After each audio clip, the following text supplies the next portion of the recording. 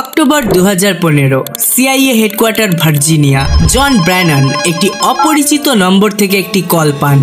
ফোনটি একটি বাচ্চা ছেলে করেছে বলে মনে হচ্ছিল। সেই বাচ্চাটি জনকে বলে যে সে সিআইএর সমস্ত সিস্টেমকে হ্যাক করে নিয়েছে। এই কলটিকে একটি প্র্যাঙ্ক কল হিসাবে বিবেচনা করা হতো যদি এই কলটি একজন সাধারণ মানুষকে করা হতো, কিন্তু জন ব্র্যানান সেই সময় বিশ্বের সবচেয়ে ক্ষমতাধর গোয়েন্দা সংস্থা সিআইএর পরিচালক ছিলেন। কল করার কথা তো ভুলে যান, তার ব্যক্তিগত মোবাইল নাম্বার জানাটাও বড় ব্যাপার। এই গল্পটি সেই দুটি বাচ্চার যারা সিআইএর সব সিস্টেমকে হ্যাক করে আমেরিকার মতো সুপার পাওয়ারকে হার মানিয়েছিল। এই গল্পে হ্যাকার আছে, আমেরিকা আছে, প্যালেস্টাইনের গল্পও আছে। কারা ছিল সেই দুটি বাচ্চা ছেলে এবং কেন, কিভাবে তারা এত বড় কৃত্যি সম্পন্ন করেছিল? কি ছিল তাদের শেষ পরিণতি? বাচ্চাটির কল রিসিভ করার আগেই জন ব্র্যানান জানতেন সিআইএ এর সব সিস্টেম হ্যাক হয়ে গেছে। তাই সে বাচ্চাটির কাছে তার দাবির বিষয়ে জানতে চায়। উত্তরে বাচ্চাটি বলে, এই আমেরিকা, তোমরা মধ্যপ্রাচ্য, সুদান, ফিলিস্তিনে হামলা বন্ধ করো এবং এই বিশ্বকে সম্পূর্ণ শান্তিতে থাকতে দাও। ফোনে কথোপকথন শেষ হওয়ার সাথে সাথেই আমেরিকান সরকার এবং সিআইএ অ্যাকশনে চলে আসে, কারণ একটি বাচ্চা এত বড় একটি কাজ করেছে যা সিআইএ এর জন্য অত্যন্ত লজ্জার বিষয় ছিল। বাচ্চাটি সম্পূর্ণ গোয়েন্দা সংস্থাটিকে হ্যাক করে ফেলেছিল। এই হ্যাকিং সিআইএ সহ আমেরিকার জন্য শুধু লজ্জার বিষয় নয়, ভীষণ ক্ষতির কারণও ছিল, যার ধারণা পরে ভিডিওতে পাবেন। বন্ধুরা, সিআইএ এর এজেন্টরা কেবলমাত্র তখনই নিজেদের সম্পূর্ণ পরাজয় স্বীকার করে যখন তাদের আসল পরিচয় প্রকাশ হয়ে যায়। এমনকি ভার্জিনিয়ার ল্যাঙ্গোলে সিআইএর সদর দপ্তরের অভ্যন্তরেও একটি স্টারবাকসের শাখা রয়েছে। যে কাপগুলোতে সিআইএ অফিসারদের জন্য কফি পরিবেশন করা হয়, সেই কাপগুলিতে না থাকে কোনো স্টারবাকসের লোগো বা এজেন্টের নাম। এর কারণ ভীষণ সহজ, এই কাপগুলির মাধ্যমেও যেন কোনো সিআইএ এজেন্টের আসল পরিচয় প্রকাশ না পেয়ে যায়। তাহলেই ভেবে দেখুন, যে সিআইএ এমন ছোট ছোট বিষয়ে এত যত্ন নেয়, তাদের সিস্টেম হ্যাক হলে সেটা কত বড় একটি পরাজয় তাদের কাছে। কারণ সিস্টেম হ্যাক মানে লক্ষ লক্ষ এজেন্টের আসল পরিচয় প্রকাশ। তদন্ত শুরু হলে দেখা যায় আমেরিকা থেকে অনেক মাইল দূরে ইংল্যান্ডের লিস্টার শহরে 15 বছরের এক বাচ্চা এই ফোন কলটি করেছিল। বাচ্চাটির অনলাইন পরিচয় ছিল ক্র্যাকা ইউথ অ্যাটিটিউড নামের একটি হ্যাকিং সংগঠনকেও তৈরি করেছিল। তবে কিভাবে এবং কেন সে সিআইএ কে হ্যাক করেছে তা জানতে আমাদের আরো কিছুটা ফিরে যেতে হবে। 2008 সাল, যেখানে গল্পটি শুরু হয়েছিল। আমেরিকার ভার্জিনিয়ার রাজ্যে ডিফল্ট নামের একটি ছেলে বসবাস করত। সে ভিডিও গেম খেলতে খুব পছন্দ করত। মোর স্পেসিফিক্যালি সে গেম জিততে পছন্দ করত। যাতে সে ভিডিও গেমের প্রতিটা ম্যাচ জিততে পারে, তার জন্য সে গেমের প্রোগ্রামিং এ প্রবেশ করে কিছু পরিবর্তন করা শুরু করে। সে কাউন্টার স্ট্রাইকের মতো অনলাইন গেমগুলোকে হ্যাক করে তার নিয়ম পরিবর্তন করে খুব সহজেই ম্যাচ জিততো। তার মানে সে গেমের চিট বানাতো। সে নিজের মতো করে এই কাজগুলো করছিল এবং এগুলো সে ইন্টারনেট থেকেই শিখছিল। ডিফল্ট নিজের এই কাজগুলো করবার জন্য অনুপ্রেরণা পেয়েছিল অ্যানোনিমাস নামের একটি হ্যাকিং গ্রুপ থেকে। এই গ্রুপটি 2008-এ বেশ বিখ্যাত হয়েছিল। সেই সময় অ্যানোনিমাস প্রায়ই খবরের শিরোনাম হতো। এই গ্রুপটি বড় বড় ওয়েবসাইট হ্যাক করে পছন্দের মেসেজ লিখে তারা তাদের নিজের বক্তব্য সমস্ত পৃথিবীর সামনে আনতো। অ্যানোনিমাসের এইসব কাজ দেখে ডিফল্ট বেশ মুগ্ধ হয়। সে সিদ্ধান্ত নেয় সে শুধু গেমের চিট বানাবে না, সে হ্যাকিং জগতেও পা রাখবে। ডিফল্ট ধীরে ধীরে ছোট ওয়েবসাইট হ্যাকিং শুরু করে, কিন্তু সে বড় কিছু করতে চাইছিল, যার জন্য তার একটা হ্যাকিং গ্রুপের দরকার ছিল। তাই ডিফল্ট অ্যাননসেক নামের একটি হ্যাকিং গ্রুপে যোগ দেয়। এই গ্রুপটি ইতিমধ্যে অনেক ওয়েবসাইট হ্যাক করেছিল, তবে এই হ্যাকিং বেশিরভাগই রাজনৈতিক উদ্দেশ্যে করা হয়েছিল। এই দল বটনেট ব্যবহার করে হ্যাকিং সম্পন্ন করত। এই পদ্ধতিতে গ্রুপটি ইন্টারনেটে ভাইরাস তৈরি করে ছড়িয়ে দিত এবং সেই ভাইরাস যে সকল কম্পিউটারে ঢুকতো তা এই হ্যাকার গ্রুপের নিয়ন্ত্রণে চলে আসতো। যে সকল কম্পিউটারে এই ভাইরাস থাকতো সেই সকল কম্পিউটারগুলোকে বট বলে, আর এমন অসংখ্য ভাইরাস যুক্ত কম্পিউটারের একটি সম্পূর্ণ নেটওয়ার্ককে বটনেট বলা হয়। অ্যাননসেকের সদস্য হওয়ার কারণে ডিফল্টের কাছেও এই বটনেটের অ্যাক্সেস ছিল। সে লক্ষ্য করে দেখেছিল যে এই বটনেটে এমন একটি কম্পিউটার রয়েছে যা কানাডার একটি মেডিকেল কলেজের। ডিফল্ট সেই কম্পিউটারে সামান্য কাজ করে মেডিকেল কলেজের আর্থিক রেকর্ডগুলির অ্যাক্সেস পেয়ে যায়। সে দেখতে পায় যে কলেজটি সেই সময় অবধি ছাত্রদের কাছ থেকে $9 মিলিয়ন বেশি টাকা পায়। এই সমস্ত রেকর্ডের অ্যাক্সেস তখন ডিফল্টের কাছে ছিল, যা সে কলেজের কম্পিউটার থেকে মুছে ফেলে। এই হ্যাকিং এর সাথে সাথে ডিফল্টের প্রথম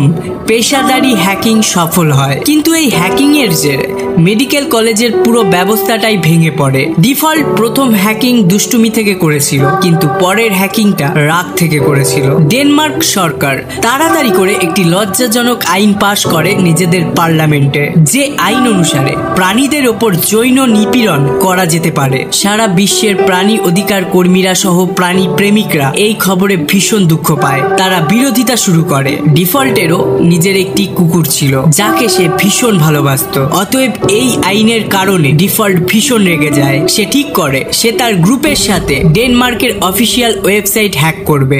যেমন ভাবা তেমন কাজ। সে ডেনমার্কের অফিসিয়াল ওয়েবসাইটে একটি অশ্লীল বার্তা লিখেছিল, যেখানে লেখা হয়েছিল, আপনি কি জানেন যে আপনার সরকার প্রাণীদের প্রজননের অনুমতি দেয়? শুধু তাই নয়, ডিফল্ট নতুন বটনেট ব্যবহার করে এই আইনের পক্ষে যে সমস্ত ওয়েবসাইট তৈরি করা হয়েছিল সেগুলিকেও আক্রমণ করে বন্ধ করে দিয়েছিল।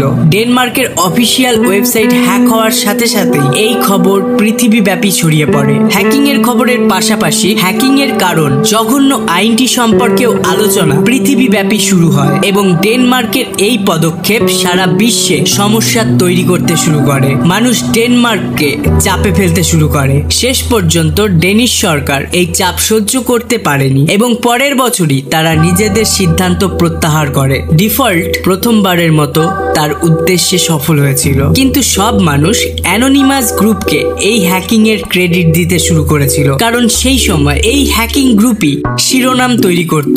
স্বাভাবিকভাবেই এটি মানুষের কাছে বেশি পরিচিত ছিল। মানুষ এত বড় হ্যাকিং এর পেছনে অ্যানোনিমাসকেই কৃতিত্ব দিচ্ছিল, যা ডিফল্ট মোটেও পছন্দ করছিল না। কিন্তু এতে সে মনোবল হারায়নি এবং নিজের কাজ চালিয়ে যেতে থাকে। অন্যান্য হ্যাকারদের মতো ডিফল্টও তার পরিচয় প্রকাশ করেনি। সে জানতো যে হ্যাকিং এর কারণে তার পরিচয় প্রকাশ পেলে তার পরিণতি ভয়াবহ হতে পারে। সে নিজেকে গোপন রাখার জন্য সাধারণত তার বাড়ির ওয়াইফাইও ব্যবহার করত না। সে একটি স্যাটেলাইট সংযোগ কিনেছিল, যা সে তার বাড়ি থেকে অনেক দূরে ইনস্টল করেছিল এবং সেখান থেকে তার বাড়িতে সে একটি ব্যক্তিগত নেটওয়ার্কের মাধ্যমে ইন্টারনেট অ্যাক্সেস করত। সে নিজের কম্পিউটারকেও বেশ সুরক্ষিত রেখেছিল, এমনকি এই নিরাপত্তার কারণে তার কম্পিউটারে প্রচুর সিকিউরিটি প্রোগ্রাম ইনস্টল ছিল, যা লোড হয়ে কম্পিউটারকে চালু করতে 30 মিনিট সময় লাগাতো। সে নিজের গোপনীয়তার স্বার্থে 30 মিনিট অপেক্ষা করতে কোনো সমস্যা বোধ করত না। বন্ধুরা, এখনো পর্যন্ত আপনি এই গল্পের দুটি চরিত্র সম্পর্কে জানলেন। একজন ক্র্যাকার যে ইংল্যান্ডে থাকতো এবং অন্যজন ছিল ডিফল্ট যে আমেরিকা যুক্তরাষ্ট্রে বসবাস করত। 2013 আগে তারা একে অপরকে চিনত অবধি না, কিন্তু একটি ঘটনার কারণে তারা এক হয়ে যায়। এডওয়ার্ড স্নোডেন নামের একজন আমেরিকান ন্যাশনাল সিকিউরিটি এজেন্সির কম্পিউটার ইন্টেলিজেন্স কনসালটেন্ট ছিলেন। আমেরিকান সরকারের একটি প্রকল্পে কাজ করবার সময় তিনি জানতে পারেন যে সিআইএ প্রতিটা ইন্টারনেট ব্যবহারকারীর ডেটা এবং ব্যক্তিগত তথ্য সরকারের হাতে দেয় এবং তারপর সেই তথ্য আমেরিকার সরকার নিজের উদ্দেশ্যে ব্যবহার করে। যদিও ইন্টারনেট ব্যবহারকারীরা এই বিষয়ে একদমই সচেতন ছিল না। এডওয়ার্ড সিআইএর এই গোপন কথা ফাঁস করতে চেয়েছিলেন, কিন্তু অন্যদিকে তিনি আশঙ্কা করেছিলেন যে আমেরিকায় থাকতে এই কাজটি সে কোনোভাবেই করতে পারবে না। এখানে হয় তাকে হত্যা করা হবে, নয়তো গোপন তথ্য ফাঁসের দায়ে জেলে পাঠানো হবে। এই কারণে এডওয়ার্ড ছুটি নিয়ে হংকং এ চলে আসে। সেখানে তিনি সাংবাদিকের কাছে আমেরিকার এই গোপন রহস্য বিশ্বের কাছে প্রকাশ করেছিলেন। এই খবর ফাঁস হতেই সারা বিশ্বে আতঙ্ক ছড়িয়ে পড়ে। লোকেরা ক্রুদ্ধ হতে শুরু করে, এটা ভেবে যে তাদের ডেটা তাদের অনুমতি ছাড়াই ব্যবহার করা হচ্ছে এবং তাদের সকল কার্যকলাপকে প্রতি মুহূর্তে নজরদারি করা হচ্ছে। এই ইস্যুটির জন্যই ডিফল্ট এবং ক্র্যাকা একে অপরের সংস্পর্শে আসে। এমন নয় যে তারা ফিজিক্যালি মিট করেছিল, তারা একে অপরের কাজ সম্বন্ধে জানতো। পরবর্তীতে তারা অনলাইনে মিট করেছিল। তারা দুইজনই আমেরিকান সরকার এবং সিআইএ কে একটি উচিত শিক্ষা দেওয়ার সিদ্ধান্ত নেয়। তারা সিআইএ কে এটা উপলব্ধি করাতে চেয়েছিল যে যাদের ব্যক্তিগত তথ্য ফাঁস হয় তাদের কেমন অনুভব হয়। ক্র্যাকা এবং ডিফল্টের উদ্দেশ্য ছিল এক। ডিফল্ট তার জনগণের গোপনীয়তা নষ্ট করবার জন্য মার্কিন যুক্তরাষ্ট্রের কাছ থেকে প্রতিশোধ নিতে চেয়েছিল। এদিকে ক্র্যাকার কাছে আরো একটি কারণ ছিল, সেটা হলো আমেরিকার সাপোর্টে গাজার উপর হামলার প্রতিশোধ নিতে চেয়েছিল ক্র্যাকা। তাই উভয়ের শত্রু ছিল আমেরিকান সরকার। প্রথমত তারা আমেরিকান ন্যাশনাল ইন্টেলিজেন্স এজেন্সির ডিরেক্টর জেমস ক্ল্যাপারের ফোন নাম্বার সার্বজনীন করে, যার ফলে যে কেউ তার ফোন নাম্বারটি গুগলের মাধ্যমে পেয়ে যাচ্ছিল। এরপর তারা কোনো হাই প্রোফাইল ব্যক্তিকে হ্যাক করতে চেয়েছিল। তারা সিআইএ ডিরেক্টর জন ব্র্যানানকে হ্যাক করার মিশন হাতে নেয়। ক্র্যাকা ইন্টারনেটে জন সম্পর্কে অনুসন্ধান শুরু করে। তাদের হাতে জন ব্র্যানানের একটি পাবলিক ফোন নাম্বার উঠে আসে। ক্র্যাকা দেখে যে নাম্বারটি আমেরিকান মোবাইল অপারেটর ভেরিজনের। ক্র্যাকা ভেরিজন কোম্পানির একজন কর্মচারী হিসাবে ভেরিজনের অভ্যন্তরীণ প্রযুক্তি দলকে ফোন করে এবং বলে যে তাদের সিস্টেমে একটি প্রযুক্তিগত সমস্যা হচ্ছে। তাই সে গ্রাহকের সমস্যা সমাধানের জন্য অভ্যন্তরীণ প্রযুক্তি দলের সাথে যোগাযোগ করেছে। ভেরিজনের অভ্যন্তরীণ প্রযুক্তি দল তার পরিচয় নিশ্চিত করবার জন্য এমপ্লয়ি পিন কোড চেয়েছিল, যা ক্র্যাকা ইতিমধ্যে হ্যাকিং এর মাধ্যমে নিজের কাছে রেখেছিল। যাচাইকরণের পর ভেরিজনের দল ব্র্যানানের ব্যক্তিগত বিবরণ ক্র্যাকার সাথে শেয়ার করে, যাতে ছিল জন ব্র্যানানের account number, backup mobile number, ঠিকানা এবং তার ব্যাংক কার্ডের শেষ 4টি সংখ্যা। এখন পরবর্তী ধাপ ছিল ব্র্যানানের ইমেলকে হ্যাক করা। ক্র্যাকা জানতে পেরে গেছিল যে ব্র্যানান কোনো পরিচিত ইমেল কোম্পানির ইমেল ব্যবহার করে না। AOL কোম্পানির একটি ইমেল ব্যবহার করে ব্র্যানান। এবার ক্র্যাকা AOL কোম্পানির সাপোর্ট টিমকে কল করে বলে, আমি আমার পাসওয়ার্ড ভুলে গেছি, এখন পাসওয়ার্ড রিসেট করতে চাই। AOL কোম্পানির সাপোর্ট মেম্বার পরিচয় নিশ্চিত করবার জন্য ব্যাংকের কার্ডের শেষ 4টি সংখ্যা জানতে চেয়েছিল, যা ক্র্যাকার কাছে ইতিমধ্যেই ছিল। এইভাবে ক্র্যাকা অবিলম্বে জন ব্র্যানানের ইমেলের অ্যাক্সেস লাভ করে। এখন সিআইএর পরিচালকের ব্যক্তিগত ইমেল অ্যাকাউন্ট ক্র্যাকার কাছে ছিল। ক্র্যাকা জন ব্র্যানানের ব্যক্তিগত ইমেলটি খুলেই প্রচুর গুরুত্বপূর্ণ এবং গোপন নথি পায়। অন্যান্য সিআইএ অফিসারদের তথ্য, তাদের সামাজিক নিরাপত্তা নম্বর এবং সরকারের নির্দেশনা সেই ইমেলে ছিল। ততক্ষণে ব্র্যানানও জানতে পেরেছিল যে তার ইমেল অ্যাকাউন্টটি হ্যাক হয়েছে, তাই তিনি সঙ্গে সঙ্গে তার অ্যাকাউন্ট বন্ধ করে দেয়। কিন্তু সেটা করতে অনেক দেরি হয়ে যায়, কারণ ক্র্যাকা ইমেলের সব ডেটা ডাউনলোড করে নিয়েছিল। এরপর ক্র্যাকা একে একে সমস্ত অফিসিয়াল নথি প্রকাশ করতে শুরু করে ইন্টারনেটে, যা পুরো আমেরিকায় তোলপাড় সৃষ্টি করে। যেমনটা আগেই বলেছি, এজেন্টদের পরিচয় প্রকাশ্যে আসায় সিআইএ এর মোরাল পুরো ভেঙে যায়। সারা বিশ্বে সিআইএ এর বদনাম হচ্ছিল। এমন অবস্থায় হ্যাকারদের ধরা সিআইএ এর জন্য বাধ্যতামূলক হয়ে দাঁড়ায়। যে কোনো মূল্যে যত দ্রুত সম্ভব তাদের ধরতে চাইলেও সিআইএ এই হ্যাকিং এর কোনো ক্লু খুঁজে পাচ্ছিল না। এদিকে জন ব্র্যানানকে ফোন করার কয়েকদিন পর ক্র্যাকা 9,000 ডিপার্টমেন্ট অব জাস্টিস এজেন্ট এবং 20,000 FBI এজেন্টদের ব্যক্তিগত তথ্য ফাঁস করে দেয়। সোশ্যাল মিডিয়ায় ছড়িয়ে পড়ে এই সকল তথ্য।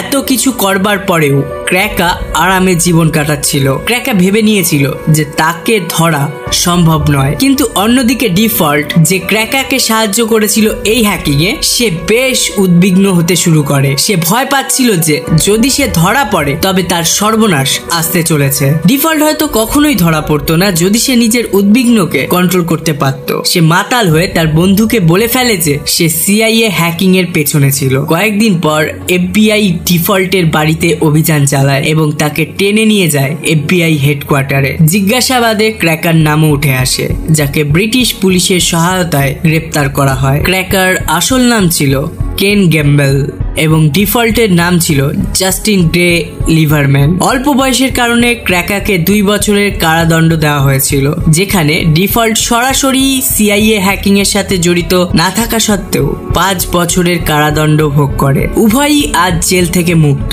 এবং সাইবার নিরাপত্তায় তাদের কর্মজীবন এগিয়ে নিয়ে যাচ্ছে। আপনি কি মনে করেন তারা উভয়ই কি সঠিক ছিল নাকি ভুল? তবে হ্যাঁ, তাদের এই হ্যাকিং এর পর মানুষ নিজের অনলাইন ডেটা সম্পর্কে অনেক বেশি সচেতন হতে শুরু করে। কিন্তু তারপরেও কি আমরা সিআইএ বা আমাদের নিজস্ব গভর্নমেন্টের এজেন্সির থেকে সম্পূর্ণভাবে নিরাপদ অনলাইন অ্যাক্টিভিটি ট্র্যাকিং এর ক্ষেত্রে? আপনার কি মতামত অবশ্যই কমেন্ট বক্সে জানাবেন। সর্বশেষে থ্যাঙ্কস ফর ওয়াচিং।